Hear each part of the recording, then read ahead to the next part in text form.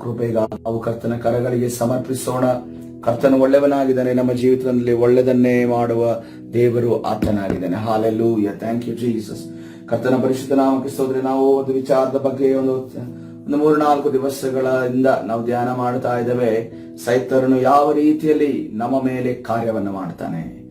ಎಲ್ಲ ಹೇಳಿಕೊಡ್ತಿರುವಂತಹ ಪಾಯಿಂಟ್ಸ್ ಗಳನ್ನ ತಾವೆಲ್ಲರೂ ಬರೆದುಕೊಳ್ತಿದ್ದೀರಿ ಅಂತ ನಾನು ನಂಬುತ್ತೇನೆ.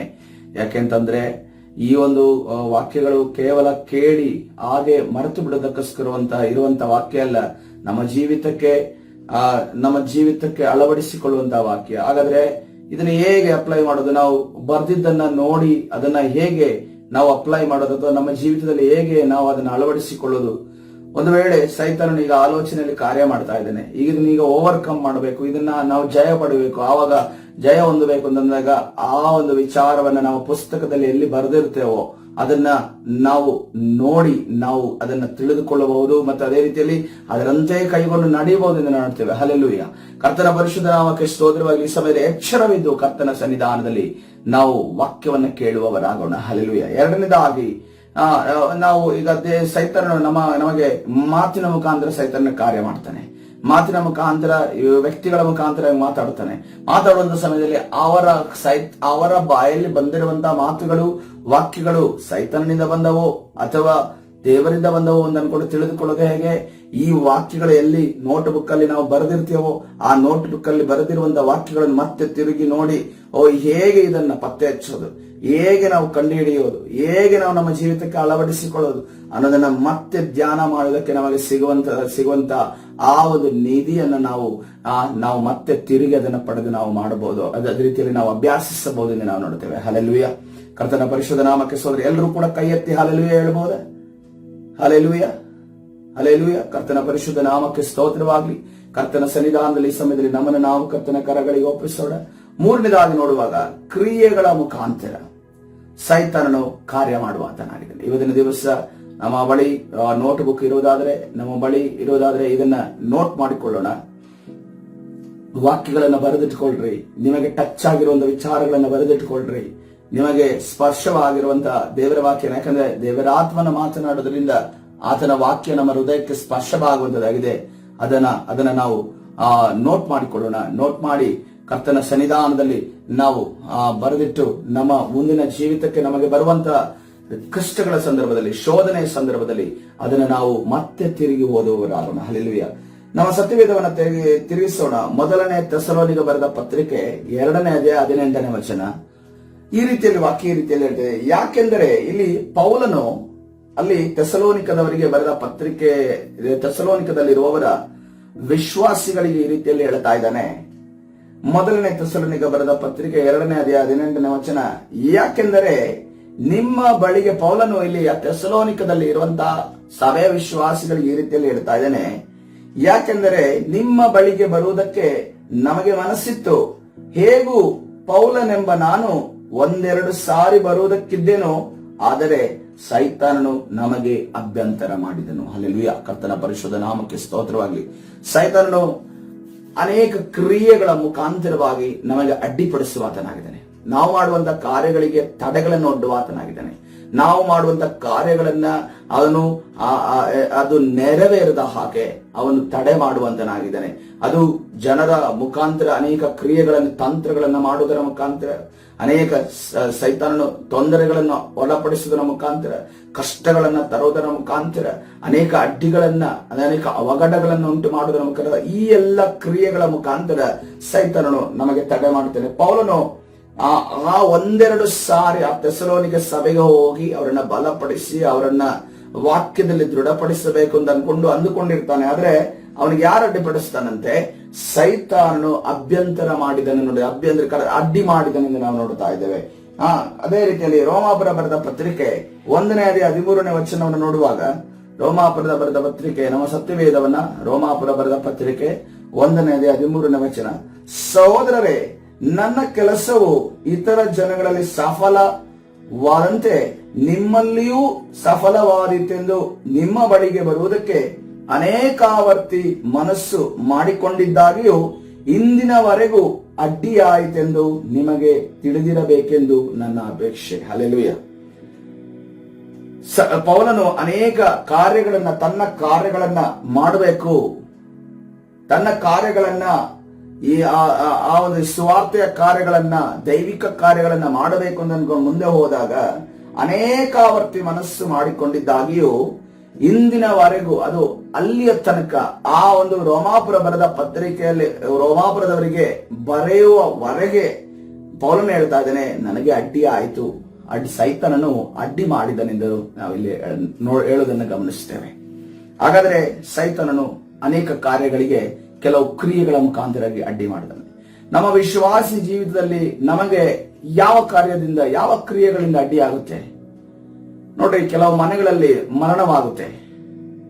ಕೆಲವು ಮನೆಗಳಲ್ಲಿ ಮರಣವಾದಾಗ ಅವರ ಒಂದು ಕರ್ತನಲ್ಲಿ ನಡೆಯುವುದರ ವಿಚಾರವಾಗಿ ಅವರಿಗೆ ಅಡ್ಡಿ ಆಗುತ್ತೆ, ತಡೆಗಳಾಗ್ತವೆ, ಅವರ ನಂಬಿಕೆ ಕಡಿಮೆ ಆಗುತ್ತೆ, ಅವರು ಕುಗ್ಗಿ ಹೋಗ್ತಾರೆ, ಅವರು ಕಷ್ಟದಲ್ಲಿ ಅವರು ಎಷ್ಟು ದುಃಖಕ್ಕೆ ಒಳಗಾಗಿ ಯೇಸು ಕ್ರಿಸ್ತನ ವಿಚಾರವಾಗಿ ನಂಬಿಕೆ, ಪ್ರೀತಿ, ನಿರೀಕ್ಷೆಯನ್ನು ಕಳೆದುಕೊಳ್ತಾರೆ. ಎರಡನೇದಾಗಿ ನೋಡುವಾಗ ಯಾವುದಾದ್ರೂ ಅವರ ಒಂದು ಮನೆಯಲ್ಲಿ ಯಾರೋ ಮಕ್ಕಳು ಯಾರೋ ಇರ್ಬೋದು, ಮದುವೆ ಆಗುವಂತ ಸಂದರ್ಭದಲ್ಲಿ ಅನ್ಯ ಜನರನ್ನ ಯಾರಾದರೂ ಮದುವೆ ಆದ್ರು ಅಂತಂದ್ರೆ ಆ ಕ್ರಿಯೆ ಅವರ ಮನೆಯಲ್ಲಿ ನಡೆದಾಗ ಅವರಿಗೆ ಅಡ್ಡಿ ಆಗುತ್ತೆ, ಅವರಿಗೆ ತಡೆ ಆಗುತ್ತೆ. ಅದೇ ರೀತಿಯಲ್ಲಿ ಅವರು ಕುಗ್ಗಿ ಹೋಗ್ತಾರೆ, ಅವರ ನಂಬಿಕೆಯಲ್ಲಿ ಅವರು ಜಾರಿ ಹೋಗ್ತಾರೆ. ಅದೇ ರೀತಿಯಲ್ಲಿ ಯಾವುದಾದ್ರೂ ಒಂದು ಆಶೀರ್ವಾದಕ್ಕೋಸ್ಕರ ಪ್ರಾರ್ಥನೆ ಮಾಡ್ತಾ ಇರ್ತಾರೆ, ಆ ಆಶೀರ್ವಾದ ಸಿಗೋದಕ್ಕೋಸ್ಕರ ತವಕ ಪಡ್ತಾ ಇರ್ತಾರೆ, ಅದ್ಭುತ ಆಗೋದಕ್ಕೋಸ್ಕರ ನಿರೀಕ್ಷೆ ಮಾಡ್ತಾ ಇರ್ತಾರೆ, ದೇವರಲ್ಲಿ ಬಲವಾಗಿ ಪ್ರಾರ್ಥನೆ ಮಾಡ್ತಾ ಇರ್ತಾರೆ, ಅದು ಆಗೋದೇ ಕಾಣೋದಿಲ್ಲ. ಈ ಕ್ರಿಯೆ ನಡೆದೇ ಇದ್ದಾಗ ಸೈತಾನ ಏನ್ ಕ್ರಿಯೆ ಮಾಡ್ತಾನೆ, ಅವರ ನಂಬಿಕೆಯನ್ನು ಕುಗ್ಗಿಸ್ತಾನೆ, ಅವರ ಒಂದು ಮನಸ್ಸಿನ ಆಲೋಚನೆಯಲ್ಲಿ ಸೈತಾನ ಕಾರ್ಯ ಮಾಡ್ತಾನೆ. ಸೈತಾನನು ದೇವರ ವಿಚಾರವಾಗಿ, ಯೇಸುವಿನ ವಿಚಾರವಾಗಿ ಅವರಲ್ಲಿ ಅಪನಂಬಿಕೆಯನ್ನು ತಂದಾಕ್ತಾನೆ. ಅಥವಾ ಯಾವುದಾದ್ರೂ ಒಂದು ಕಾರ್ಯಗಳು ಈಗ ಅವಘಡಗಳು ನಡೀಬಾರ್ದಿತ್ತು, ಆಕ್ಸಿಡೆಂಟ್ಸ್ ನಡೀಬಾರ್ದಿತ್ತು, ಆದ್ರೆ ಜೀವನದಲ್ಲಿ ಆಕ್ಸಿಡೆಂಟ್ಸ್ ನಡೆಯಿತು. ಅಥವಾ ಯಾವುದೋ ಒಂದು ರೋಗ ಬಂದು ಅವರ ತಪ್ಪಿನ ನಿಮಿತ್ತವೋ ಶೋಧನೆಯ ನಿಮಿತ್ತವೋ ರೋಗ ಬಂತು, ಅಥವಾ ಯಾವುದೋ ಒಂದು ಆಶೀರ್ವಾದಕ್ಕೋಸ್ಕರ ಕಾಯ್ತಾ ಇದ್ದೇವೆ, ಈಗಲೂ ಕೂಡ ಅದಕ್ಕೆ ಪರಿತಪಿಸ್ತಾ ಇದ್ದೇವೆ ಅಂತಂದಾಗ ಆ ಸೈತಾನನು ಈ ಅಡ್ಡಿಯನ್ನು ತಂದಾಗ, ಈ ಶೋಧನೆಯನ್ನು ಒಡ್ಡಿದಾಗ, ಈ ಸೈತಾನನು ಅವಘಡವನ್ನ ತಂದಾಗ, ಈ ಕ್ರಿಯೆಯನ್ನು, ಈ ರೀತಿಯ ಕ್ರಿಯೆಗಳನ್ನು ಮಾಡಿದಾಗ ಒಬ್ಬ ವಿಶ್ವಾಸಿಯ ನಂಬಿಕೆ ಕಡಿಮೆ ಆಗುವಂತದಾಗಿದೆ. ಒಬ್ಬ ವಿಶ್ವಾಸಿ ಅಡ್ಡದಾರಿಯನ್ನು ಹಿಡಿಯುವಂತೆ ಅದು ಕಾರ್ಯ ಮಾಡುತ್ತೆ. ಒಬ್ಬ ವಿಶ್ವಾಸಿ ಅದು ಸೇವಕರಾಗಿರುವ ತಮ್ಮ ಮನಸ್ಸನ್ನ ಬೇರೆ ಕಡೆ, ಲೋಕದ ಕಡೆ ತಿರುಗುವಂತೆ ಮಾಡುವಂತದ್ದು ಸೈತಾನನ ಈ ರೀತಿಯ ಅಡ್ಡಿಗಳನ್ನು ತಂದಾಗ. ಇಲ್ಲಿ ನೋಡ್ರಿ, ಪೌಲನು ಕೂಡ ಅನೇಕ ಒಳ್ಳೆಯ ಕಾರ್ಯಗಳನ್ನ ಥೆಸಲೋನಿಕದಲ್ಲಿಯೂ ರೋಮಾಪುರದಲ್ಲಿಯೂ ಮಾಡುವುದಕ್ಕೆ ಆತನಿಗೆ ಮನಸ್ಸಿದೆ, ಆತನು ಮಾಡುವುದಕ್ಕೆ ಮನಸ್ಸು ಉಳ್ಳವನಾಗಿದೆ. ಆದ್ರೆ ಆತನಿಗೆ ಮಾಡುವುದಕ್ಕೆ ಆಗ್ತಿಲ್ಲ. ಯಾಕೆಂತಂದ್ರೆ ಅಲ್ಲಿ ಸೈತಾನನು ಅಭ್ಯಂತರ ಮಾಡಿದನು, ಸೈತಾನನು ತಡೆ ಮಾಡಿದನೆಂದು ನಾವು ನೋಡ್ತೇವೆ. ಈ ದಿನಮಾನಗಳಲ್ಲಿ ನಾವು ನೋಡಿದ್ರೆ ಎಷ್ಟು ಜನ ನಾವು ನಮಗೆ ಏನು ಕ್ರಿಯೆಗಳು, ಏನು ಮಹತ್ಕಾರ್ಯಗಳು ನಡೆದೇ ಹೋದರೂ ಕೂಡ ಕರ್ತನ ಸನ್ನಿಧಾನದಲ್ಲಿ ನಾನು ಇದ್ದು ಕರ್ತನನ್ನ ಆರಾಧಿಸುತ್ತೇನೆ ಎನ್ನುವವರು ಎಷ್ಟು ಜನರು ಇದ್ದಾರೆ. ಅವರೇ ಹಲ್ಲೆಲೂಯ. ಕರ್ತನ ಪರಿಶುದ್ಧ ನಾಮಕ್ಕೆ ಸ್ತೋತ್ರವಾಗ್ಲಿ. ನಮ್ಮ ಕರ್ತನು ಅದ್ಭುತ ಮಾಡಿದ್ರೇನೆ ದೇವರಿಂದಲ್ಲ, ಕರ್ತನು ಮಹತ್ಕಾರ್ಯವನ್ನು ಮಾಡಿದ್ರೇನೆ ದೇವರಿಂದಲ್ಲ, ದೇವರು ನೀರನ್ನ ದ್ರಾಕ್ಷಾರಸ ಮಾಡಿದ್ರೇನೆ ದೇವರಿಂದಲ್ಲ, ಅಥವಾ ದೇವರು 5,000 ಜನರಿಗೆ ಆ ರೊಟ್ಟಿ ಮೀನನ್ನು ಕೊಟ್ಟನೆಂದು ಹೇಳಿದ ಕೂಡಲೇ ಆತನ ದೇವರಿಂದ ಅರ್ಥವಲ್ಲ. ಆತನು ಏನು ಮಾಡದೆ ಹೋದರೂ ಕೂಡ ಆತನು ನಮ್ಮನ್ನ ಸೃಷ್ಟಿ ಮಾಡಿದ ದೇವರಾಗಿದ್ದಾನೆ. ಹಲ್ಲೆಲೂಯ. ಇವತ್ತಿನ ದಿವಸ ತಾಯಿ ಗರ್ಭದಿಂದ ನಾವು ಆರೋಗ್ಯವಾಗಿ ಹೊರಗಡೆ ಬಂದಿದ್ದೇವೆ ಅಂತಂದ್ರೆ ಅದು ದೇವರ ಕೃಪೆ ಪ್ರಿಯರೇ. ಹಲ್ಲೆಲೂಯ. ಇವತ್ತಿನ ದಿವಸ ನಮ್ಮ ತಲೆಮಾರುಗಳನ್ನು ನಾವು ನೋಡ್ತಿದ್ದೇವೆ, ಅದು ದೇವರ ಕೃಪೆ ಆಗಿದೆ. ಇದು ದೇವರ ಅದ್ಭುತ ಅಲ್ವಾ? ಇದು ದೇವರ ಮಹತ್ಕಾರ್ಯ ಅಲ್ವಾ? ದೇವರ ಒಂದು ಅತಿಶಯವಾದ ಕಾರ್ಯ ಅಲ್ವಾ? ನಾವು ಅದನ್ನ ಅರ್ಥ ಮಾಡಿಕೊಳ್ಳಬೇಕಾಗಿದೆ. ಆದ್ರೆ ನಾವೇನ್ ನೋಡಿದ್ರೆ ಕೆಲವು ಬಾರಿ ಕ್ಷುಲ್ಲಕವಾದ ಕಾರಣ ನಮ್ಮ ಸಭೆಯಲ್ಲಿ ಈ ರೀತಿಯಲ್ಲಿ ಒಂದು ಕಾರ್ಯ ನಡೀತು. ಏನಂತಂದ್ರೆ ಕೇವಲ ಕ್ರಿಸ್ಮಸ್ ಅಲ್ಲಿ ಕೇಕ್ ಹಂಚಲಾಗ್ತಿತ್ತು. ಕ್ರಿಸ್ಮಸ್ ಅಲ್ಲಿ ಕೇಕ್ ಹಂಚಲಾಗ್ತಿತ್ತು ಅಂತ ಅಂದಾಗ ಆ ಒಂದು ಕ್ರಿಸ್ಮಸ್ ಅಲ್ಲಿ ಕೇಕ್ ಹಂಚುವಾಗ ಬೈ ಮಿಸ್ಟೇಕ್ ಅವ್ರು ಯಾರಿಗೂ ಆ ವ್ಯಕ್ತಿಗೆ ಕೇಕ್ ಕೊಡ್ಲಿಲ್ವಂತೆ. ಕೇಕ್ ಕೊಟ್ಟಿಲ್ಲ ಅಂತ ಅನ್ಕೊಂಡು ಅವರು ನೆಕ್ಸ್ಟ್ ಭಾನುವಾರದಿಂದ ಸಭೆಗೆ ಬಂದಿಲ್ಲ. ಈ ಒಂದು ರೀತಿಯ ನಮ್ಮ ಮನಸ್ಥಿತಿ ಇದೆ ಅನ್ನೋದನ್ನ ನಾವು ಯಾರಾದ್ರೂ ಆಲೋಚನೆ ಮಾಡ್ಬೋದಾ? ನೋಡ್ರಿ, ದೇವರು ನಮ್ಮನ್ನ ಹೆಂಗ ಆಶೀರ್ವಾದ ಮಾಡಿದ್ದಾರೆ ಅಂತಂದ್ರೆ, ಒಬ್ಬೊಬ್ಬರನ್ನ ಯಾರನ್ನೇ ಆಗಿರ್ಬೋದು, ನಮ್ಮ ಸಭೆಯಲ್ಲಿ ಒಂದು ಸ್ವಲ್ಪ ಒಂದು ಅಂಗಡಿಯಲ್ಲಿ ಒಂದು ಈ ತರದ ವಸ್ತುವನ್ನು ತೆಗೆದುಕೊಂಡು ತಿನ್ನೋದಕ್ಕೆ ನಮಗೆ ಯಾವುದೇ ಒಂದು ಅರ್ಹತೆ ಇಲ್ಲದೆ ದೇವರು ಇಟ್ಟಿಲ್ಲ. ದೇವರೆಲ್ಲವನ್ನು ಕೊಟ್ಟಿಲ್ಲ. ಆದ್ರೆ ಕೆಲವು ವಿಷಯದಲ್ಲಿ ಈ ಚಿಕ್ಕ ಚಿಕ್ಕ ಕಾರಣಗಳಿಗೋಸ್ಕರವಾಗಿ ಸೈತಾನನು ಏನ್ ಮಾಡ್ತಾನೆ, ನಮ್ಮ ಮನಸ್ಸಿನಲ್ಲಿ ದೇವರ ವಿಚಾರವಾಗಿ ಅಪನಂಬಿಕೆ ತರ್ತಾನೆ ಪ್ರಿಯರೇ. ದೇವರ ವಿಚಾರವಾಗಿ ಅನೇಕ ತೊಂದರೆಗಳನ್ನ, ಸಮಸ್ಯೆಗಳನ್ನು ತಂದಾಕ್ತಾನೆ. ಅನೇಕ ನಂಬಿಕೆಯಲ್ಲಿ ಜಾರಿ ಹೋಗುವಂತೆ ನಮ್ಮನ್ನು ಮಾಡ್ತಾನೆ. ಇವತ್ತಿನ ದಿವಸ ಆ ತಡೆಗಳನ್ನ ಮೀರಿ ಕರ್ತನ ಸನ್ನಿಧಾನದಲ್ಲಿ ನಾವು ನಿಲ್ಲುವವರಾಗೋಣ ಪ್ರಿಯರೇ. ಹಾಲೆಲೂಯ. ಕರ್ತನ ಹೇಳ್ತಾ ಇದ್ದೇನೆ, ನನ್ನ ಪ್ರೀತಿಯಿಂದ ನಿಮ್ಮನ್ನ ಅಗಲಿಸುವವರೇ. ಕ್ರಿಸ್ತ ಪ್ರೀತಿಯಿಂದ ನಮ್ಮನ್ನು ಅಗಲಿಸುವವರು ಯಾರು? ಅಗಲಿಸುವಂಥದ್ದು ಯಾವುದು? ಅಗಲಿಸುವಂತ ಕಾರಣ ಯಾವುದು? ಅಗಲಿಸುವಂತ ಸಂದರ್ಭ ಯಾವುದು? ಇವತ್ತಿನ ದಿವಸ ನಮ್ಮನ್ನ ಕ್ರಿಸ್ತ ಪ್ರೀತಿಯಿಂದ ಅಗಲಿಸುವಂಥದ್ದು ಯಾವುದೂ ಇಲ್ಲ ಎನ್ನುವುದು ಹೇಳುವವರಾಗಿರಬೇಕು. ಹಾಲೆಲೂಯ. ಕರ್ತನ ಪರಿಶುದ್ಧ ನಾಮಕ್ಕೆ ಸ್ತೋತ್ರವಾಗಲಿ. ಯಾಕಂತಂದ್ರೆ ನೋಡ್ರಿ, ಅಪೊಸ್ತಲ ಕೃತ್ಯದಲ್ಲಿ ನಾವು ಗಮನಿಸ್ತೇವೆ, ಸ್ಟೆಫನನನ್ನು ನೋಡುವಾಗ ಆತನು ತನ್ನ ಕಡೆಯ ಮತ್ತು ಮೊದಲ ಸಂದೇಶವನ್ನು ಸಾರ್ತಾನೆ. ಎಂತ ಪವರ್ಫುಲ್ ಆಗಿರುವಂತಹ ಸಂದೇಶ ಅದಾಗಿತ್ತು ಅಂತಂದ್ರೆ, ಇಡೀ ಯಹೂದ್ಯ ಜನರೇ ಒಂದು ಏನೋ ಅಲ್ಲಿ ಕಲಕಿದ ರೀತಿಯಲ್ಲಿ ಅವರ ಜೀವಿತದಲ್ಲಿ ಉಂಟಾಗುತ್ತೆ. ಅಂತ ಸಂದೇಶವನ್ನ, ಅಂತ ಸೇವೆಯನ್ನ ಸ್ಟೆಫನನ್ನು ಮಾಡ್ತಾನೆ. ಸ್ಟೆಫನನ್ನು ಯಾವುದೇ ರೀತಿಯಲ್ಲಿ ಫೇಮ್ನ ಬಯಸಿಲ್ಲ. ಸ್ಟೆಫನನ್ನು ಯಾವುದೇ ರೀತಿಯಲ್ಲಿ ಪ್ರಸಿದ್ಧತೆಯನ್ನು ಬಯಸಿಲ್ಲ. ಸ್ಟೆಫನನ್ನು ಯಾವುದೇ ರೀತಿಯಲ್ಲಿ ತನ್ನ ಹೆಸರುವಾಸಿ ಆಗಬೇಕು ಅಂತ ಬಯಸಿಲ್ಲ. ಆತನು ಯೇಸುವಿನ ನಾಮ ಹೆಸರುವಾಸಿ ಆಗಬೇಕು ಅಂತ ಬಯಸಿದನು. ಹಲ್ಲೆಲೂಯಾ. ಅದನ್ನು ಅಲ್ಲಿ ಸುವಾರ್ತೆಯನ್ನು ಸಾರಿ ಆ ಕೊನೆಯ ಆತನಿಗೆ ಕಲ್ಲೊಡೆದು ಸಾಯಿಸ್ಬಿಡ್ತಾರೆ. ಕಲ್ಲೊಡೆದು ಸಾಯಿಸಿದ್ರು ಕೂಡ ಯಾವುದೇ ಕಾರಣಕ್ಕೂ ಅಪೊಸ್ತಲರು ಹಿಂಜಾರಿ ಹೋಗ್ಲಿಲ್ಲ. ಅಪೊಸ್ತಲರು ಅವ್ರು ಏನ್ ಮಾಡ್ತಾರೆ, ಅವರು ಇನ್ನೂ ಪ್ರಬಲವಾಗಿ ಅಲ್ಲಿ ಮಾತ್ರವಲ್ಲ, ಯೆರೂಸಲೇಮಿನಲ್ಲಿ ಮಾತ್ರ ಅಲ್ಲ, ಇಸ್ರೇಲ್ ದೇಶದಲ್ಲಿ ಮಾತ್ರ ಅಲ್ಲ, ಉಳಿದೆಲ್ಲ ಕಡೆ ಚದುರಿಕೊಂಡು ಸುವಾರ್ತೆಯನ್ನು ಸಾರೋದಕ್ಕೆ ಪ್ರಾರಂಭಿಸುತ್ತಾರೆ ಪ್ರಿಯರೇ. ಹಾಲೆಲೂಯ. ಕರ್ತನ ಪರಿಶುದ್ಧ ನಾಮಕ್ಕೆ ಸ್ತೋತ್ರವಾಗಲಿ. ನಮಗೇನು ಅಂತಂದ್ರೆ, ಸ್ವಲ್ಪ ಈ ಸೈತಾನನ ಯಾವ್ದಾದರೂ ತಡೆಗಳನ್ನ, ಕ್ರಿಯೆಗಳನ್ನ ಮಾಡಿದುಕೊಳ್ಳೆ ನಾವೇನ್ ಮಾಡ್ತೇವೆ, ಮುಂಜಾವಿನ ಪ್ರಾರ್ಥನೆಗೆ ಬರೋದನ್ನು ನಿಲ್ಲಿಸ್ತೇವೆ. ಮುಂಜಾನೆ ಚೆನ್ನಾಗಿ ನಾವು ರೆಸ್ಟ್ ಮಾಡೋಣ ಅಂತ ಅನ್ಸುತ್ತೆ ನಮ್ಗೆ. ಅದೇ ರೀತಿಯಲ್ಲಿ ಶುಕ್ರವಾರದ ಪ್ರಾರ್ಥನೆ, ಬೈಬಲ್ ಸ್ಟಡಿ ಮಾಡಿದ್ರೆ ಏನ್ ಪ್ರಯೋಜನ? ನನಗೆ ಈ ಕೆಲಸ ಆಗಿಲ್ವಲ್ಲ, ಅಥವಾ ಭಾನುವಾರ ಯಾಕೆ ನಾನು ಸರಿಯಾದ ಸಮಯಕ್ಕೆ ಹೋಗಬೇಕು, ನನಗೆ ಈ ಕೆಲಸ ಆಗಿಲ್ವಲ್ಲ, ನನಗೆ ಈ ಬಿಡುಗಡೆ ಆಗ್ಲಿಲ್ವಲ್ಲ ಅನ್ಕೊಂಡು ಅನ್ನೋ ರೀತಿಯಲ್ಲಿ ಸೈತಾನನು ಈ ಕ್ರಿಯೆಗಳ ಮುಖಾಂತರವಾಗಿ ನಮ್ಮ ಮೇಲೆ ಆತನು ಫೋರ್ಸ್ ಮಾಡ್ತಾನೆ. ಅದಕ್ಕೆ ನಾವು ರೆಸ್ಪಾನ್ಸ್ ಆಗಿ, ನಾವು ಮನುಷ್ಯರದಕ್ಕೆ ರೆಸ್ಪಾನ್ಸ್ ಕೊಟ್ಟಾಗ ಅನೇಕ ಕಾರ್ಯಗಳನ್ನ, ಅನೇಕ ಆಶೀರ್ವಾದ ವಂಚಿತರನ್ನಾಗಿ, ಅನೇಕ ದೇವರ ಪ್ರಸನ್ನತೆ ಕಳೆಯಬೇಕಾದ ಸಮಯ ವಂಚಿತವರಾಗಿ ಈ ಸೈತಾನ ನಮ್ಮನ್ನು ಮಾಡುವಾತನಾಗಿದೆ. ಅದಕ್ಕೋಸ್ಕರವಾಗಿ ನಾವು ಬಹಳ ಎಚ್ಚರವಾಗಿರೋಣ. ಸೈತಾನ ಬಹಳ ತಂತ್ರಗಾರನಾಗಿದ್ದಾನೆ, ಬಹಳ ಕುಯುಕ್ತಿ ಮಾಡ್ತಾನೆ, ಬಹಳ ನಾವು ಹೊಂದಬೇಕಾದ ಜಯಮಾಲೆಯನ್ನು ಹೊಂದದಂತೆ ಅದನ್ನು ನಮ್ಮನ್ನು ಹಿಂದೆ ಎಳಿತಾನೆ. ಅದೇ ರೀತಿಯಲ್ಲಿ ನೋಡ್ರಿ, ಇನ್ನೊಂದು ಕಡೆ ನೋಡುವಾಗ ಅಪೊಸ್ತಲ ಕೃತ್ಯ 12ನೇ ಅಧ್ಯಾಯ 1ನೇ ವಚನ ನೋಡಿಕೊಳ್ಳೋಣ. ಅಲ್ಲಿ ಇನ್ನೊಂದು ಕಾರ್ಯ ನಡೀತಾ ಇದೆ. ಇಡೀ ಒಂದು ಸಭೆಯ ಒಂದು ಸ್ಥಾಪನೆಯ ಒಂದು ಚರಿತ್ರೆಯಲ್ಲಿ ಒಂದು ದೊಡ್ಡ ಒಂದು ತಡೆ ಉಂಟಾಗ್ತಾ ಇದೆ. ಇನ್ನೇನು ಎಲ್ಲರೂ ಕೂಡ ನಂಬಿಕೆಯಿಂದ ಜಾರಿ ಹೋಗಬೇಕು ಅನ್ನೋ ರೀತಿಯ ಒಂದು ಕಾರ್ಯ ಉಂಟಾಗ್ತಾ ಇದೆ. ಏನಾಗ್ತಿದೆ? ಅಪೊಸ್ತಲ ಕೃತ್ಯ 12ನೇ ಅಧ್ಯಾಯ 1ನೇ ವಚನ, ಆ ಸಮಯದಲ್ಲೇ ಅರಸನಾದ ಹೆರೋದನು ಸಭೆಯವರಲ್ಲಿ ಕೆಲವರನ್ನು ಹಿಂಸೆ ಪಡಿಸುವುದಕ್ಕೆ ಕೈ ಹಾಕಿ ಯೋಹಾನನ ಅಣ್ಣನಾದ ಯಾಕೋಬನನ್ನು ಕತ್ತಿಯಿಂದ ಕೊಲ್ಲಿಸಿದನು. ಇಲ್ಲಿ ಗಮನಿಸ್ತೇವೆ, ಈ ಯೋಹಾನನು ಯಾಕೋಬ, ಯೋಹಾನ, ಪೇತ್ರ, ಇವರು 3 ಜನ ಕೂಡ ಒಂದು ಪ್ರೈಮರಿ ಪಿಲ್ಲರ್ಸ್ ಅಂತ ಹೇಳಿದ್ರೆ, ಸಭೆಯ ಒಂದು ಪ್ರೈಮರಿ, ಪ್ರಥಮ ಪ್ರಾಥಮಿಕವಾಗಿರುವಂತಹ ಅವರ ಸ್ತಂಭಗಳಾಗಿದ್ದಾರೆ. ಅವರು ಹೆಂಗಿರ್ತದಂದ್ರೆ ಅವರ ಮೇಲೆ ಸಭೆ ನಿಂತಿದೆ ಅನ್ನೋ ರೀತಿಯಲ್ಲಿ ಜನರು ಆ ಸಮಯದಲ್ಲಿ ಅಂದುಕೊಳ್ತಾ ಇದ್ರು. ಆದ್ರೆ ಇವತ್ತಿನ ದಿವಸ ಆ ಒಂದು ಸ್ತಂಭವನ್ನ ಕಡಿದು ಹಾಕುವಂತ ಕಾರ್ಯವನ್ನ ಯಾರು ಮಾಡಿದನು? ರಾಜನಾದ ಹೆರೋದನು ಮಾಡ್ತಾ ಇದ್ದಾನೆ. ಹೆರೋದನು ಮಾಡುವಂತ ಸಂದರ್ಭದಲ್ಲಿ ಅಲ್ಲಿ ಏನು ಮಾಡ್ತಾನೆ, ಅವನ ತಲೆಯನ್ನ ಹೆರೋದನು ಕಡಿಸಿ ಬಿಡ್ತಾನೆ. ಯಾರಿಗೆ ಮೆಚ್ಚಿಗೋಸ್ಕರ?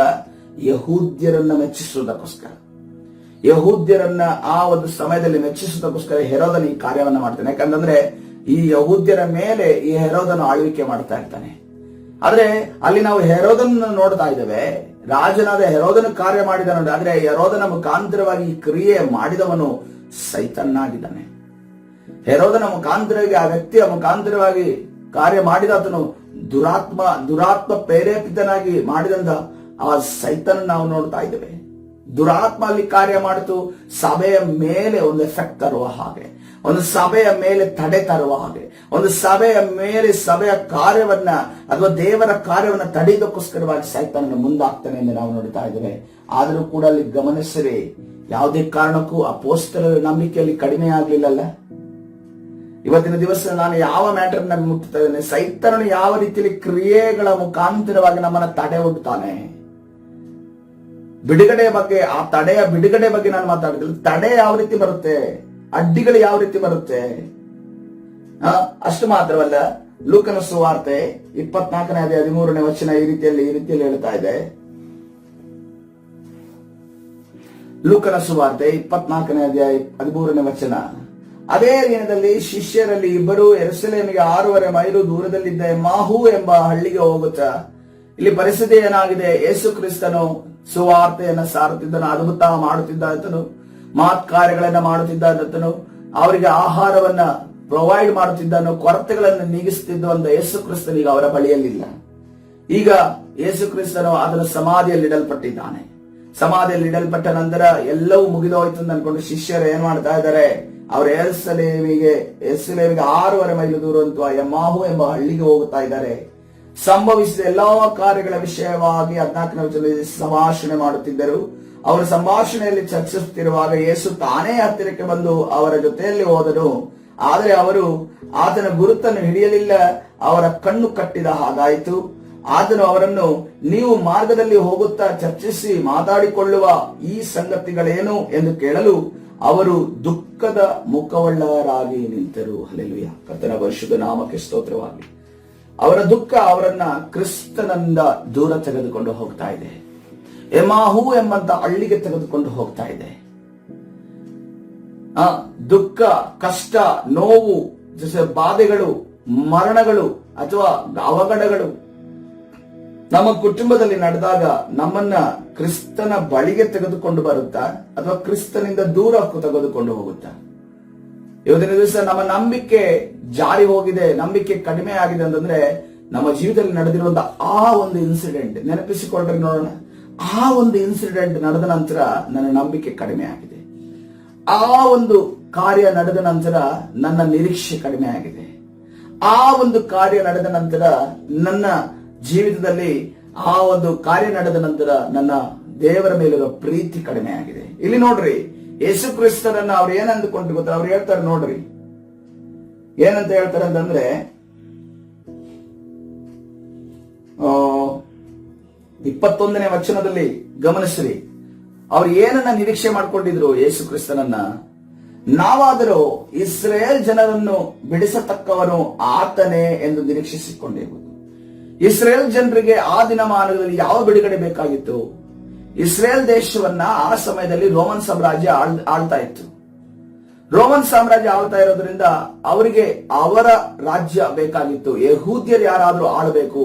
ತಮ್ಮ ನ್ಯಾಯ ಪ್ರಮಾಣ, ತಮ್ಮ ಒಂದು ಮಾತುಗಳು, ತಮ್ಮ ಒಂದು ದೇವರ ಚಿತ್ತ, ತಮ್ಮ ಒಂದು ದೇವರ ಒಂದು ಧರ್ಮಶಾಸ್ತ್ರದ ಅನುಗುಣವಾಗಿ ಅಲ್ಲಿ ಸರ್ಕಾರ ನಡೀಬೇಕು ಅಂತ ಅನ್ಕೊಂಡು ಅವರು ಬಯಸಿದ್ರು. ಆದ್ರೆ ಅಲ್ಲಿ ನಡೀತಿರೋದು ರೋಮನ್ ಸಾಮ್ರಾಜ್ಯದ ಒಂದು ಆಳ್ವಿಕೆಯಲ್ಲಿ ನಡೀತಾ ಇತ್ತು.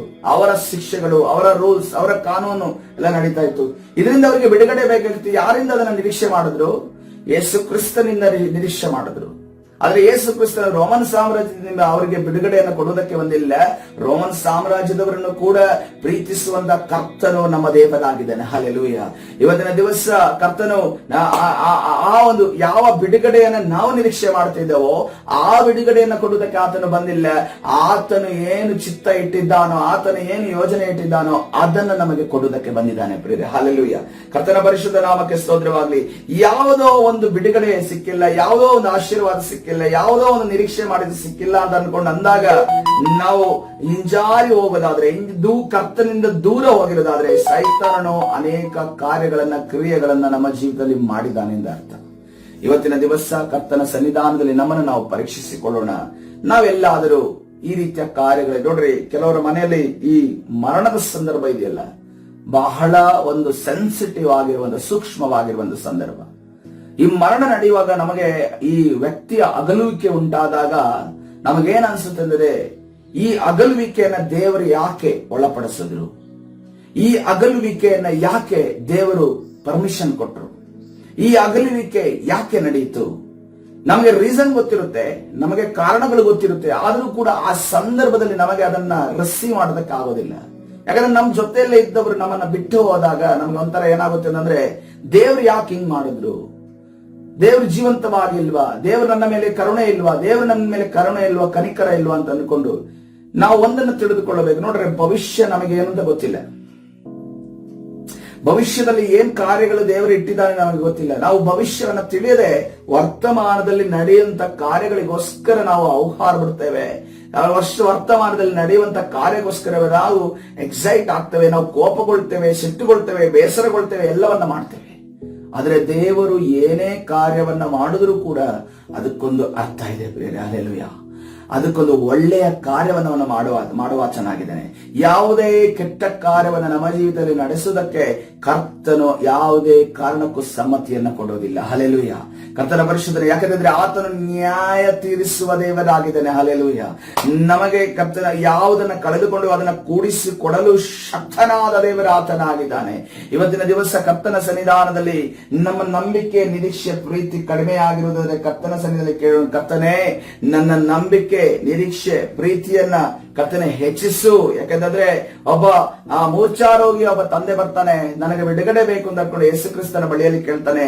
ಯೇಸು ಕ್ರಿಸ್ತನ ಬಳಿಯಲ್ಲಿ ಕೇಳಿದಾಗ ನಿನಗೆ ನಂಬಿಕೆ ಬೇಕು, ನಂಬಿಕೆ ವಿಚಾರವಾಗಿ ಕರ್ತನೆ ಹೇಳ್ತಾನೆ. ಆವಾಗ ಆತನ ಹೇಳ್ತಾನೆ ಯೇಸುವಿನ ಬಳಿ ಅದನಿಗೆ ಕೇಳ್ಕೊಳ್ಬೇಕು. ನೋಡಿ, ಶಿಷ್ಯರು ಇದನ್ನ ಕೇಳ್ಕೋಬೇಕಿತ್ತು, ಶಿಷ್ಯರು ಇದನ್ನ ಮಾತಾಡಬೇಕಾಗಿತ್ತು, ಶಿಷ್ಯರು ಇದನ್ನ ಪ್ರಸ್ತಾವ ಮಾಡಬೇಕಾಗಿದ್ರೆ ಶಿಷ್ಯರಿಗೆ ಅದನ್ನ ಮಾತಾಡೋದಕ್ಕೆ ಗೊತ್ತಾಗ್ಲಿಲ್ಲ.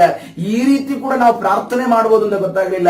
ಇವತ್ತಿನ ದಿವಸ ನಮಗೂ ಕೂಡ ಅನೇಕ ವಿಚಾರಗಳು ಏನು ಗೊತ್ತಿಲ್ಲ ಅಂತಂದ್ರೆ, ಕರ್ತನೆ ನನ್ನನ್ನ ಬಲಪಡಿಸು, ಕರ್ತನೆ ನನಗೆ ನಂಬಿಕೆ ಹೆಚ್ಚಿಸು, ಕರ್ತನೆ ನನ್ನ ನಿರೀಕ್ಷೆಯನ್ನು ಹೆಚ್ಚಿಸು, ಕರ್ತನೆ ನಿನ್ನ ಪ್ರತಿಯಾಗಿರುವ ಪ್ರೀತಿಯನ್ನು ಹೆಚ್ಚಿಸು. ನಾನು ಯಾವ ನಂಬಿಕೆಯಲ್ಲಿ ರಕ್ಷಣೆ ಹೊಂದಿದನೋ, ಯಾವ ಬಲದಲ್ಲಿ ನಾನು ರಕ್ಷಣೆ ಹೊಂದಿದ್ದೇನೋ ಆ ನಂಬಿಕೆ ನನ್ನಲ್ಲಿ ಕರ್ತನೆ ಸುರಿದಾಗಲಿ. ಕರ್ತನೆ ಏನೂ ಇಲ್ಲದೆ ಹೋದರೂ ಕೂಡ ಕರ್ತನೆ ರಾಜ ನನಗೆ ಸ್ವಾಮಿ ನಿನ್ನ ಮೇಲೆ ನಂಬಿಕೆ ಸ್ಥಿರವಾಗಿ ಇರುವ ಹಾಗೆ, ನೀನು ಒಳ್ಳೆಯವನೆಂದು ಸದಾ ಎಲ್ಲಾ ಸಮಯದಲ್ಲಿ ಹೇಳುವ ಹಾಗೆ ನನ್ನನ್ನ ನಡೆಸು ಎಂದು ಹೇಳುವುದಕ್ಕೆ ಎಷ್ಟು ಜನ ಸಿದ್ಧರಿದ್ದೀರಾ ಪ್ರಿಯರೇ. Hallelujah, hallelujah. ಕರ್ತನ ಪರಿಶುದ್ಧ ನಾಮಕ್ಕೆ ಸ್ತೋತ್ರವಾಗಲಿ. ಕರ್ತನು ಅಂತ ಮಕ್ಕಳನ್ನು ನಿರೀಕ್ಷಿಸ್ತಾ ಇದ್ದಾನೆ. ಪರಲೋಕ ಬರುವಂತಹ ಮಕ್ಕಳು ಅಂತ ರೀತಿಯಲ್ಲಿ ಇರಬೇಕೆಂದು ಆತನು ಬಯಸ್ತಾ ಇದ್ದಾನೆ. ಇವತ್ತಿನ ದಿವಸ ಮುಂಜಾವಿನ ಪ್ರಾರ್ಥನೆಯಲ್ಲಿ ಸೇರಿ ಬಂದಿರುವಂತ ನಮ್ಮಿಂದ ಕೂಡ ಕರ್ತನ ನಿರೀಕ್ಷೆ ಮಾಡುತ್ತಿರುವುದು ಒಂದು ಬಲವಾದ ನಂಬಿಕೆ ಪ್ರಿಯರೇ, ಒಂದು ಬಲವಾದ ನಿರೀಕ್ಷೆ, ಒಂದು ಬಲವಾದ ಕರ್ತನ ಪ್ರತಿಯಾಗಿರುವಂತಹ ಪ್ರೀತಿಯನ್ನು ನಿರೀಕ್ಷೆ ಮಾಡಿದೆ. ಯಾಕಂದ್ರೆ ನಮಗೆ ಬಲವಾದ ನಂಬಿಕೆ, ಬಲವಾದ ನಿರೀಕ್ಷೆ, ಬಲವಾದ ಪ್ರೀತಿ ಇಲ್ಲದೆ ಹೋದರೆ ಸೈತಾನನು ನಮ್ಮನ್ನ ಅನೇಕ ಕ್ರಿಯೆಗಳಿಂದ ನಮ್ಮನ್ನ ಕಾಲ್ಜಾರಿಸಿಬಿಡ್ತಾನೆ. ನಮ್ಮ ಅನೇಕ ಕಾರ್ಯಗಳನ್ನ ತಡೆ ಮಾಡ್ತಾನೆ. ತಡೆ ಮಾಡಿದಾಗ ನೋಡ್ರಿ, ಪೌಲನು ಅಷ್ಟು ತಡೆಗಳು ರೋಮಾಪುರದಲ್ಲಿ ಆತನಿಗೆ ಆದರೂ ಕೂಡ, ಥೆಸಲೋನಿಕದಲ್ಲಿ ಆದರೂ ಕೂಡ, ಎಲ್ಲಿ ಆದರೂ ಪೌಲನು ತನ್ನ ಪತ್ರಿಕೆಗಳಲ್ಲಿ ಅಪನಂಬಿಕೆಯ ಮಾತುಗಳನ್ನಾಡಿದ್ದಾನ, ನಿರೀಕ್ಷೆ ಇಲ್ಲದ ಮಾತುಗಳನ್ನಾಡಿದ್ದಾನ, ಕರ್ತನ ಪ್ರತಿಯಾಗಿ ಪ್ರೀತಿ ಇಲ್ಲದಂತ ಮಾತುಗಳನ್ನಾಡಿದ್ದಾನ. ಆತನ ಅನುಭವಿಸಿರುವ ಕಷ್ಟ ಇದೆಯಲ್ಲ, ಆ ಕಷ್ಟದಲ್ಲಿ ಯಾರು ಕೂಡ ಕ್ರಿಸ್ತನ ಪ್ರೀತಿ ಬಗ್ಗೆ ಮಾತಾಡಕ್ಕಾಗಲ್ಲ. ಆತನ ಅನುಭವಿಸಿರುವ ಕಷ್ಟದಲ್ಲಿ ಕ್ರಿಸ್ತನ ನಂಬಿಕೆ ಬಗ್ಗೆ ಮಾತಾಡೋದಕ್ಕಾಗೋದಿಲ್ಲ. ಆತನ ಅನುಭವಿಸಿರುವ ಕಷ್ಟಗಳಲ್ಲಿ ಯಾವುದೇ ಕಾರಣಕ್ಕೂ ಕ್ರಿಸ್ತನ ಒಂದು ನಿರೀಕ್ಷೆಯ ವಿಚಾರವಾಗಿ ಮಾತಾಡಕ್ಕಾಗಲ್ಲ. ಆದ್ರೆ ಅದನ್ನು ನಿರೀಕ್ಷೆಯ ವಿಚಾರವಾಗಿ ಮಾತಾಡ್ತಾನೆ. ಅದನ್ನ ಹೇಳ್ತಾ ಇದ್ದಾನೆ ಫಿಲಿಪ್ಪಿ ಬರೆದ ಪತ್ರಿಕೆ 4ನೇ ಅಧ್ಯಾಯದಲ್ಲಿ, ಯಾವಾಗಲೂ ಸಂತೋಷಿಸಿರಿ. ಹಲ್ಲೆಲೂಯಾ. ಯಾವಾಗಲೂ ಸಂತೋಷದಿಂದ ನಾನು ತಿರುಗಿ ಹೇಳುತ್ತೇನೆ ಅಂತ ಕರ್ತನೆ ಹೇಳ್ತಿದ್ದಾನೆ. ಆದ್ರೆ ಎಲ್ಲಿ ಕುತ್ಕೊಂಡು ಹೇಳಿರೋದು ಯಾರಿಗಾದ್ರೂ ಗೊತ್ತಿದ್ಯಾ? ಯಾವಾಗಲೂ ಸಂತೋಷಿಸಿರಿ, ನಾನು ತಿರುಗಿ ಹೇಳ್ತಾ ಇದ್ದೇನೆ, ಯಾವಾಗಲೂ ಸಂತೋಷದಿಂದ ಹೇಳಿದ್ರೆ ಎಲ್ಲಿ ಕುತ್ಕೊಂಡು ಹೇಳಿದ್ದು? ಹಲ್ಲೆಲೂಯಾ. ಕರ್ತನ ಪರಿಶುದ್ಧ ನಾಮಕ್ಕೆ ಸ್ತೋತ್ರವಾಗ್ಲಿ. ಜೈಲಲ್ಲಿ ಕುತ್ಕೊಂಡು ಪೌಲನೇ ಹೇಳ್ತಾ ಇದ್ದಾನೆ, ಯಾವಾಗಲೂ ಸಂತೋಷಿಸಿರಿ. ಹಲ್ಲೆಲೂಯಾ. ಯಾವುದ್ರಲ್ಲಿ, ಎಲ್ಲಿ ಕುತ್ಕೊಂಡು? ಫಿಲಿಪ್ಪಿಯ ಬರೆದ ಪತ್ರಿಕೆ 4ನೇ ಅಧ್ಯಾಯದಲ್ಲಿ ಪೌಲನು ಯಾವಾಗಲೂ ಸಂತೋಷಿಸಿರಿ, ನಾನು ತಿರುಗಿ ಹೇಳುತ್ತೇನೆ, ಯಾವಾಗಲೂ ಸಂತೋಷದಿಂದ ಹೇಳುವಂತ ಮಾತು ಸಂತೋಷದ ಬಗ್ಗೆ ಅಥವಾ ಸಂತೋಷ ಪಡ್ರಿ ಅಂತ ಅನ್ಕೊಂಡು ನಮಗೆ ಹೇಳ್ತಾ ಇದ್ದಾನೆ, ಅಥವಾ ಅಲ್ಲಿರುವಂತ ಫಿಲಿಪ್ಪಿಯ ಅಲ್ಲಿರುವಂತಹ ವಿಶ್ವಾಸಿಗಳೇ ಹೇಳ್ತಿದ್ದಾನೆ. ನೋಡುವಾಗ ತಾನು ದುಃಖದಲ್ಲಿರುವಾಗ, ತಾನು ಬಂಧಿಸಲ್ಪಟ್ಟಿರುವಾಗ, ತಾನು ಕಷ್ಟದಲ್ಲಿರುವಾಗ, ತಾನು ವೇದನೆಯಲ್ಲಿರುವಾಗ ಇನ್ನೊಬ್ಬರಿಗೆ ಹೇಳ್ತಾ ಇದ್ದಾನೆ ಪೌಲನು, ನೀನು ಸಂತೋಷಿಸಬೇಕು. ಹಲ್ಲೆಲೂಯ. ನೀನು ದೇವರಲ್ಲಿ ನಂಬಿಕೆಯನ್ನು ಇಡಬೇಕು, ನೀನು ದೇವರಲ್ಲಿ ನಿರೀಕ್ಷೆಯನ್ನು ಇಡಬೇಕು, ದೇವರಲ್ಲಿ ನೀನು ಪ್ರೀತಿ ಇಡಬೇಕು ಅಂತ ಅನ್ಕೊಳ್ಳಿ. ಇವತ್ತಿನ ದಿವಸ ಪೌಲನ ರೀತಿಯಲ್ಲಿ ನಾವು, ಕ್ರಿಸ್ತನ ರೀತಿಯಲ್ಲಿ ನಾವು ಮಾರ್ಪಡೋದಕ್ಕೆ ಸಾಧ್ಯನಾ ಪ್ರಿಯರೇ? ಕರ್ತನು ಶಿಲುಬೆಯಲ್ಲಿ ಇದ್ದು ಬಿಟ್ಟು ಇವರು ಏನು ಮಾಡ್ತಿದ್ದಾರೆ ಇವರಿಗೆ ಗೊತ್ತಿಲ್ಲ, ಇವರನ್ನ ಕ್ಷಮಿಸು ಎಂದು ಕರ್ತನು ಹೇಳಿದಂತ ಮಹಾ ಕಾರ್ಯವನ್ನು ಆತನು ಮಾಡಿದಾತನು. ಇವತ್ತಿನ ದಿವಸ ನಮ್ಮಿಂದ ಸೈತಾನನು ಯಾವುದೇ ಕಾರಣಕ್ಕೂ ನಮ್ಮ ನಂಬಿಕೆಯನ್ನು ಕದಿಯದ ಹಾಗೆ, ನಿರೀಕ್ಷೆಯನ್ನು ಕದಿಯದ ಹಾಗೆ, ಪ್ರೀತಿಯನ್ನ ಕದಿಯದ ಹಾಗೆ, ಯಾವ ಕಾರ್ಯಗಳು ಮಾಡಿದರೆ ಮಾತ್ರ ನಾನು ಕರ್ತನ ಸಭೆಯಲ್ಲಿ, ಪ್ರಾರ್ಥನೆಯಲ್ಲಿ, ಆರಾಧನೆಯಲ್ಲಿ, ವಾಕ್ಯದಲ್ಲಿ ನಾನು ನಡೀತೇನೆ ಅನ್ನುವಂತಹ ಒಂದು ಕಂಡೀಷನ್ ಅನ್ನು ಇಡದೆ ವಿದೌಟ್ ಅನ್ಕಂಡೀಷನಲ್ ಆಗಿ ಕರ್ತನ ಸನ್ನಿಧಿಯಲ್ಲಿ ಪ್ರೀತಿ ಮಾಡುವವರಿದ್ದಾರೆ. ಹಲ್ಲೆಲೂಯ. ಈ ಸಮಯದಲ್ಲಿ ಪ್ರೀತಿ ಮಾಡುವವರಾಗಿರುವುದನ್ನು ನಾನು ಈ ಸಮಯದಲ್ಲಿ ಪ್ರಾರ್ಥನೆ ಮಾಡ್ಲಿಕ್ಕೆ ಹೋಗ್ತಾ ಇದ್ದೇನೆ. ಪರಿಶುದ್ಧನ ದೇವರ ನಿನ್ನ ನಾಮಕ್ಕೆ ಸ್ತೋತ್ರ. ಕರ್ತನೇ ರಾಜ, ಬೆಳಗಿನ ಜಾವದಲ್ಲಿ ನಿನ್ನ ಸನ್ನಿಧಿಯಲ್ಲಿ ಸೇರಿ ಬರುವುದಕ್ಕೆ ಕೊಟ್ಟಂತ ನಿನ್ನ ಮಹಾಕೃಪೆಗಾಗಿ ನಿನಗೆ ಸ್ತೋತ್ರ ರಾಜ. ನೀನು ತಾನೇ ನಡೆಸು, ಬಲಪಡಿಸು, ನಿನ್ನ ಪ್ರಸನ್ನತೆಯಿಂದ ತುಂಬು ಸ್ವಾಮಿ.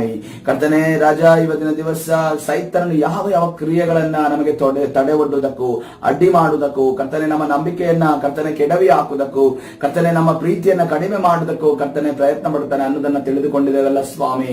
ಇದೆಲ್ಲದರಿಂದ ನಮ್ಮನ್ನ ತಪ್ಪಿಸಿ ನೀನು ಕಾಪಾಡುವುದಕ್ಕಾಗಿ ಸ್ತೋತ್ರ. ಯಾವುದೇ ಕಾರಣಕ್ಕೂ ಕುಗ್ಗಿ ಹೋಗದೆ, ಯಾವುದೇ ಕಾರಣಕ್ಕೂ ಸೋತು ಹೋಗದೆ, ಯಾವುದೇ ಕಾರಣಕ್ಕೂ ಕರ್ತನೆ ನಂಬಿಕೆಯನ್ನು ಕಳೆದುಕೊಳ್ಳದೆ ಸ್ಥಿರವಾಗಿ ನಿಲ್ಲುವಾಗ ನೀನು ಕಾರ್ಯ ಮಾಡು. ವಿರೋಧವಾಗಿ ಕಾರ್ಯ ಮಾಡುವ ಎಲ್ಲ ಸೈತಾನನ ಕಾರ್ಯಗಳು ಲಯವಾಗಲಿ ಯೇಸುವಿನ ನಾಮದಲ್ಲಿ. ಬಿಡುಗಡೆ ಕೊಡು, ನೀನು ತಾನೇ ನಡೆಸು, ಬಲಪಡಿಸು.